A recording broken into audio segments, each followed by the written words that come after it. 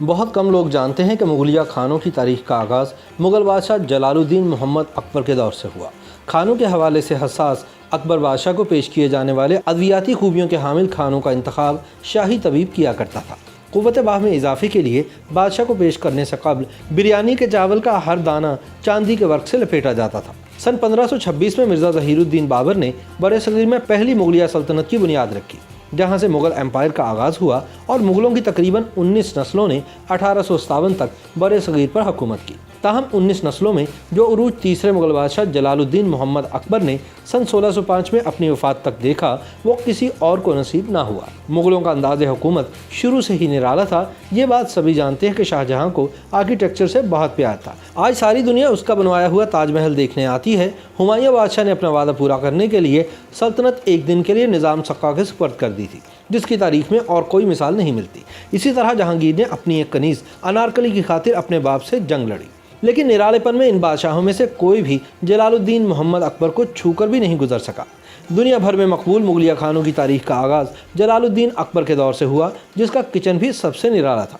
اس کے کچن میں ایک ہیڈ شیف، ایک خزانچی، ایک سٹور کیپر، کلرک، کھانا چکھنے والے اور ہیڈ شیف کے ماتحت 400 سے زیادہ باورچی ہوتے تھے، جن کا تعلق انڈیا، ایران، مصر، یورپ، عرب اور دنیا کے کئی دیگر خطوں سے تھا، اور ان کی ذمہ داری طرح طرح کے پکوان تیار کرنا تھی۔ کہتے ہیں کہ اکبر کا کھانا خواجہ سرا کھانے کی ٹیبل تک لے کر آتے تھے، جن کی قیادت کچن کے شاہی افسران کرتے تھے۔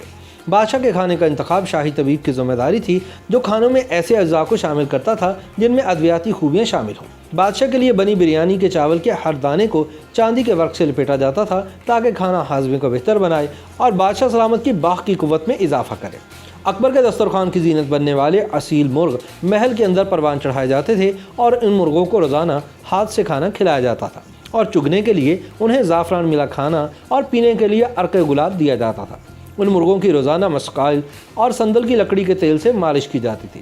شہنشاہ اکبر ہفتے میں 3 دن سبزی کھاتا تھا، اور بادشاہ کے لیے کچن کی ساری سبزی محل میں موجود باغات میں ہی اگائی جاتی تھی، اور ان سبزیوں کو پانی کے طور پر عرق گلاب سے سیراب کیا جاتا تھا، تاکہ جب سبزی پکے تو سبزی سے خوشبو آئے۔ شہنشاہ جلال الدین کے دور کے چند مشہور کھانوں میں سموسا، ساگ، پالک حلیم، ہریسہ، یخنی، میتھی دانے کا سالن، سالم روسٹ اور دمبے وغیرہ آج بھی بہت مشہور ہیں۔ اکبر کا کھانا سونے، چاندی اور پتھروں کے برتنوں میں پیش کیا جاتا تھا۔ ان برتنوں کو کپڑے سے ڈھانپا جاتا تھا، اور کھانوں اور مشروبات کو ٹھنڈا کرنے کے لیے برف کا استعمال بھی ہوتا تھا، اور یہ برف روزانہ کی بنیاد پر ہمالیہ کے پہاڑوں سے اکبر کی خاص کوریئر سروس کے ذریعے اکبر کے محل تک لائی جاتی تھی۔ بادشاہ کو کھانا جب باورچی خانے سے روانہ ہوتا تو پہلے اسے پکانے والا باورچی اور نگران کچن میں چکھتے، پھر میر بقول کھانے کو سیل کر کے اس پر اپنی مہر لگا دیتا۔ کھانا لے جاتے ہوئے کچن کا عملہ خواجہ سراؤں کے ارد گرد چلتا، اور کھانے کے لیے زمین پر قالین کے اوپر قیمتی دسترخوان بچھایا جاتا۔ جب کھانا بادشاہ کے سامنے پیش کیا جاتا تو اکبر سے پہلے میر بقول کھانے کی سیل کھولتا اور اسے ایک دفعہ پھر چکھتا، کیونکہ جلال الدین کو خوف تھا کہ اسے زہر دے کر مارا جا سکتا ہے۔ اس خوف کی وجہ اس کے دادا ظہیر الدین محمد بابر تھے، جنہیں زہر دینے کی کوشش کی گئی تھی، جس کے بعد مرزا بابر نے اپنی سیکیورٹی کے لیے سخت ترین اقدامات کیے تھے، جنہیں اکبر کے دور میں بھی فالو کیا جاتا تھا۔